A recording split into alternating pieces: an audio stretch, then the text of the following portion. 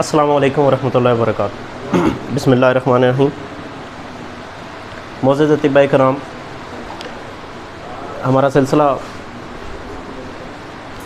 टेस्टों को समझने के हवाले से जो जारी है, उसी में इस दफ़ा 2-3 मैसेजेस भी आए दोस्तों के वीडियोस पे HIV और एड्स के हवाले से। तो हम आज इसी को लेके चलते हैं। छोटा सा टेस्ट है जिसे समझने के लिए हम थोड़ी देर में ही इंशाल्लाह इसको कवर करेंगे। तो आज का हमारा जो टॉपिक है वो रहेगा HIV और एड्स। वैसे हम जब बोलते हैं या लिखते हैं या पढ़ते हैं तो हम HIV एड्स इकट्ठा ये पढ़ते हैं कि ये एक ही चीज़ है, लेकिन आज हम थोड़ा सा इसको डिफरेंशिएट करेंगे कि इन दोनों लफ्ज़ों में क्या फ़र्क है और उनसे क्या मुराद है। HIV एड्स तो आपने 12 दफ़ा लफ्ज़ सुना हुआ हो गया, ठीक है। और HIV जो है ये मुख़फ़फ़ है ह्यूमन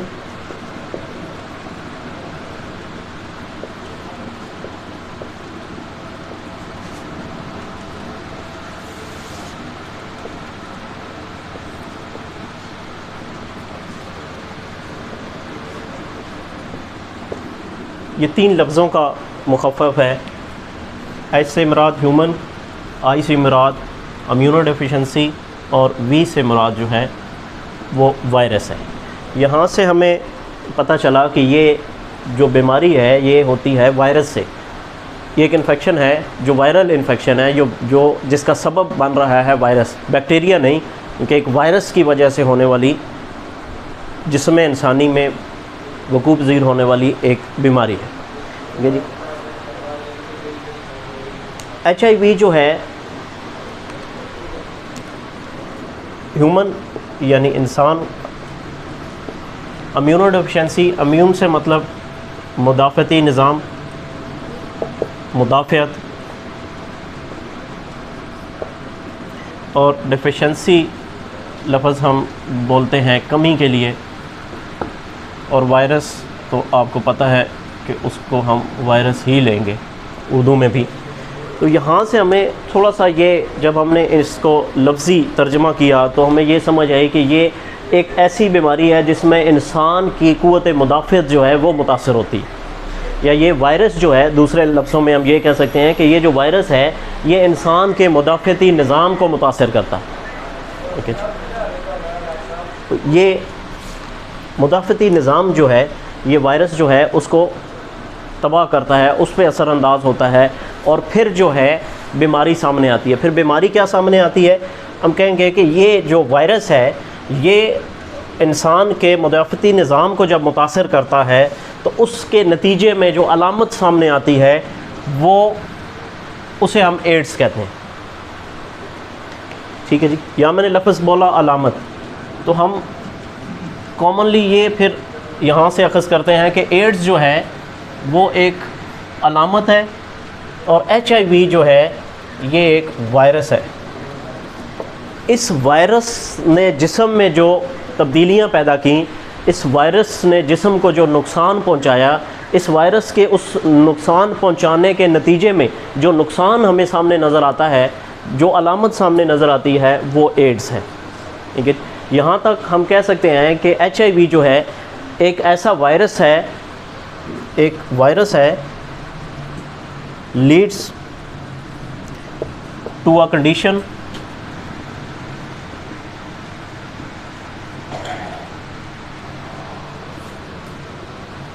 नेम्ड एज एड्स,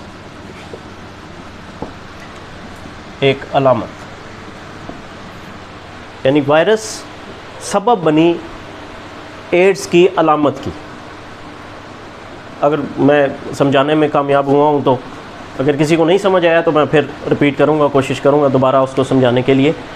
यहाँ तक ये हमने ये देखा कि वायरस सबब बन रहा है एड्स का। अब हम ये कह सकते हैं कि अगर हमारे पास टेस्ट या रिपोर्ट आती है, हमारे पास 2 रिपोर्ट्स दोनों मुख्तलिफ ही आएंगी। HIV अगर पॉजिटिव है तो ज़रूरी नहीं कि वो एड्स तक पहुँच गया हो। HIV जिसे हम जब जो एड्स जिस कंडीशन को हम कहते हैं उसे हम स्टेज 3 HIV भी कहते हैं। HIV स्टेज 3 भी कहते हैं, ठीक है। इससे पिछली भी 2 स्टेजेस हैं। अगर पेशेंट अभी उन स्टेजेस पे है तो वो HIV पॉजिटिव होगा। इससे पहली वाली जो स्टेजेस हैं उस पे भी HIV पॉजिटिव होगा, लेकिन उस वक़्त वो एड्स नेगेटिव होगा, उसे एड्स नहीं होगा। हम उसे एड्स पेशेंट डिक्लेयर नहीं करेंगे क्योंकि अभी वो उस स्टेज तक नहीं पहुंचा। अभी इस वायरस ने इंसान के क़ुव्वत मुदाफ़ियत को तबाह करके उस स्टेज तक नहीं लेके गया कि जहाँ पे हम कहेंगे कि ये अब मरीज़ जो है वो एड्स का मरीज़ बन चुका है, ठीक है जी। यहाँ हम ये कह सकते हैं कि एड्स का हर मरीज़ जो है वो HIV पॉजिटिव तो ज़रूर होगा, लेकिन HIV पॉजिटिव ज़रूरी नहीं कि वो एड्स का भी मरीज़ हो। ये यहाँ पे समझने की बात है कि अगर हमारे पास रिपोर्ट आती है HIV पॉजिटिव की तो हम जो है उससे फ़ौरन डिक्लेयर नहीं करेंगे, उस पर हुक्म नहीं लगाएंगे कि ये मरीज़ जो है वो एड्स का मरीज़ है, जब तक कि हमारे पास एड्स पॉजिटिव भी नहीं आता। लेकिन अगर एड्स पॉजिटिव है तो फिर हमें इस हवाले से कोई दूसरी राय नहीं होनी चाहिए कि वो HIV भी पॉजिटिव है, क्योंकि HIV ही उस स्टेज तक उसको लेके गया, ठीक है जी। इसकी नॉर्मल रेंज जो है वो हम डिस्कस करते हैं, उसमें स्टेज जो है वो अभी क्लियर हो जाएगी हमें। यहाँ हमने ये देखा कि ये जो है मुदाफ़ती निज़ाम पे जो है वो अटैक कर रहा है। तो जिस्म में हमने पिछले जो टेस्ट साबिक़ा पढ़े हैं ब्लड CP वगैरह, तो उसमें हमने ये देखा कि जिस्म का जो मुदाफ़ती निज़ाम है वो खून के सफ़ेद ज़रात बनाते हैं। जिस्म का जो डिफेंस मैकेनिज़्म है वो WBCs के ज़िम्मे है। जो वाइट ब्लड सेल्स हैं ये जिस्म का मुदाफ़ती निज़ाम कायम करते हैं। इनका जो मकसद है, इनका जो फंक्शन है वो जिस्म में इंसानी में क़ुव्वत मुदाफ़ियत को बरकरार रखना है, एक डिफेंस मैकेनिज़्म को बनाना है जो बाहर से आने वाले बैक्टीरिया वायरसेस के ख़िलाफ़ जो है वो काम करता है। यानी इसे हम कह सकते हैं कि ये हमारी डिफेंस लाइन है या ये हमारी आर्मी है, मिलिट्री है, जिस्म के अंदर जो बाहर से आने वाले इन्वेडर्स जो हैं, बाहर से हमला आवर होने वाले किसी भी वायरस और बैक्टीरिया के ख़िलाफ़ जो है जिस्म को बचाते हैं, ठीक है जी। अब वायरस ने, HIV के वायरस ने WBC पे ही अटैक किया। इस वायरस ने WBC पे अटैक की। WBCs को इसने मुतासर किया। डिफेंस जो हमारा जो इम्यूनिटी सिस्टम था, इम्यूनो डेफिशिएंसी की तरफ इंसान तब गया जब उसका मुदाफ़ती निज़ाम तबाह हुआ। मुदाफ़ती निज़ाम तबाह किया इस वायरस ने, जिसे हम HIV कह रहे हैं, उसने अटैक किया WBCs पे। WBCs जब तबाह होते हैं, वो डिफेंस की लाइन जो है वो ख़त्म हो जाती है, तो फिर इंसान जो है वो मल्टीपल सिम्टम्स में गिरफ़्तार होता है। यहाँ पे हम कह सकते हैं कि वो मल्टीपल सिम्टम्स जो हैं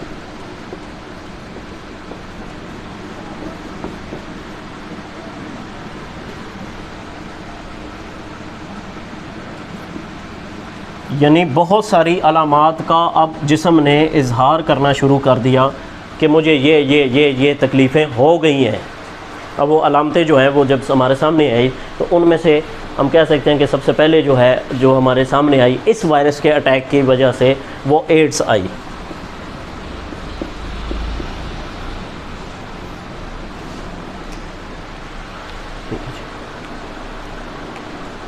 एड्स क्या है? ये जो AIDS 4 लफ्ज़ हमने लिखे हैं, ये किन का मुखफ़फ़ है? ये एड्स, ए से मुराद एक्वायर्ड, आई से मुराद इम्यूनो, डी से मुराद डेफिशिएंसी और एस से मुराद सिंड्रोम।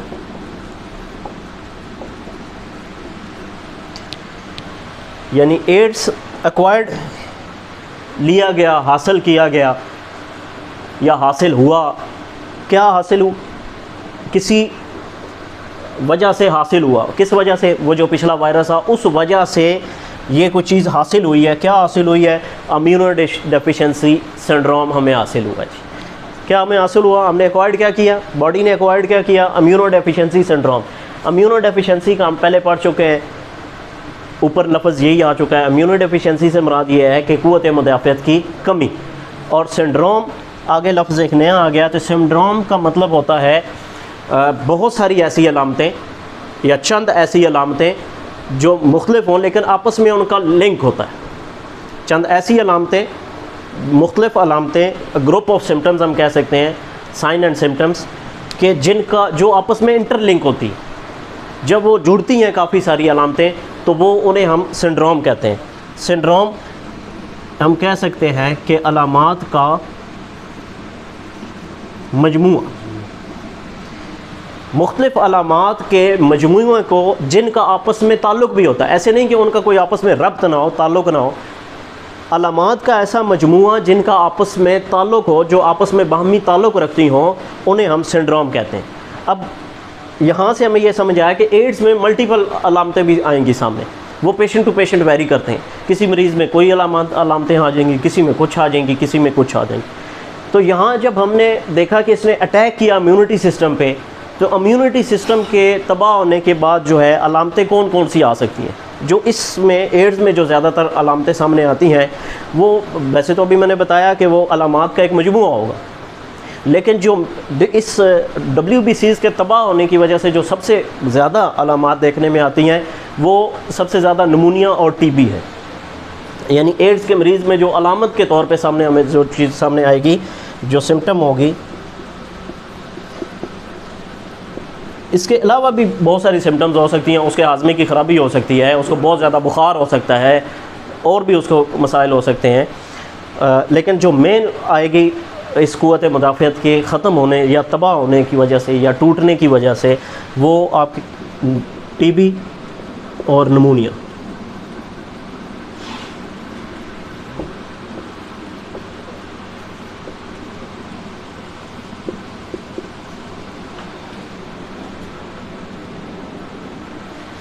ये मेन सिम्टम्स आएंगी हमारे पास से।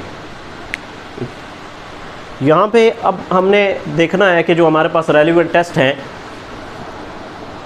ये जो WBCs पे अफेक्ट करती है, तो ये WBCs में हमने फिर देखे कि इसकी क्लासिफिकेशन है।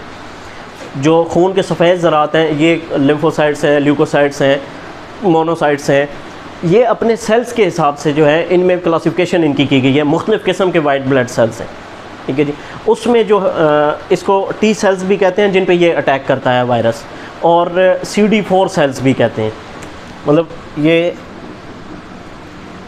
CD4+ इस तरह लिखा हुआ होता है, सेल्स भी इन्हें कहते हैं जिन पे ये अटैक करता है वायरस। HIV जो वायरस है वो अटैक करता है, या T सेल्स भी उन्हें हम कहते हैं। इनकी जो नॉर्मल रेंज है T सेल्स की जिस्म में, वो 500 से 1200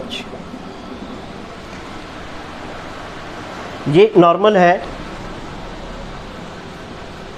जब 500 से नीचे 400 पे आता है, ये एक नॉर्मल है। जब यहाँ पे आता है तो फिर हम इसको कहते हैं कि ये बीमारी की स्टेज 1 है। HIV की ये स्टेज 1 है।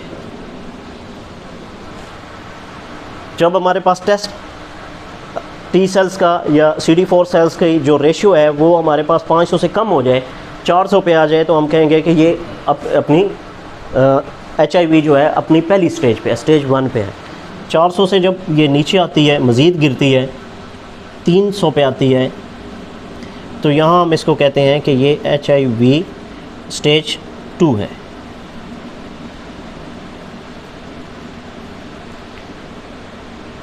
और जब 300 से ये 200 पे आती है, तो यहाँ हम कहते हैं कि ये स्टेज 3 यानी एड्स है। यानी 200 पे जब ये इसकी रेंज आ जाती है T सेल्स की या CD4 सेल्स की, ये 200 या 200 से जब नीचे चले जाते हैं तो हम इसे कहते हैं कि ये HIV की स्टेज 3 है, जहाँ पे बिल्कुल क़ुव्वत मुदाफ़अत को इसने तोड़ दिया है। और अब ये कन्वर्ट हो चुका है, HIV एड्स जो है वो HIV जो है कन्वर्ट हो चुका है एड्स में। ठीक है जी। आगे इसकी चलते हैं ट्रांसमिशन। एक आखिरी चीज़ रहेगी कि ये वायरस जो है वो ट्रांसमिट कैसे होता है।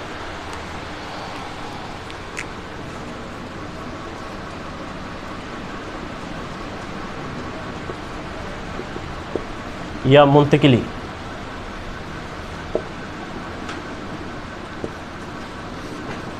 मुख्तलिफ़ तरीक़ों से जो है ये एक बॉडी से दूसरी बॉडी में जो है वो मुंतकिल होता है, जिसमें सबसे कॉमनली जैसे हम लिया जाता है कि ये सेक्सुअल सेक्स से ट्रांसफ़र होता है एक पेशेंट से दूसरी मरीज़ में। जो भी इसे मुतासरा शख्स होगा वो अगर मुबाशरत करता है किसी दूसरे से, तो मेल में हो, फीमेल में हो, किसी पार्टनर में भी हो, तो वहाँ से जो है वो ट्रांसमिट होती है।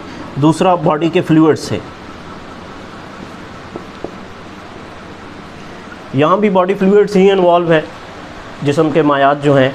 तो बॉडी फ्लूइड्स में मज़ीद आ जाता है आपका ब्लड,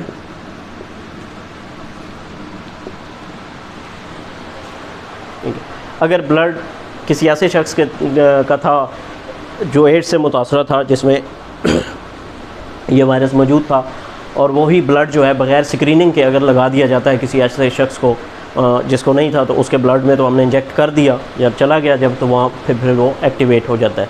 तीसरा जो है वो शेयर्ड जो है आजकल नीडल्स का है, जैसे आपने देखा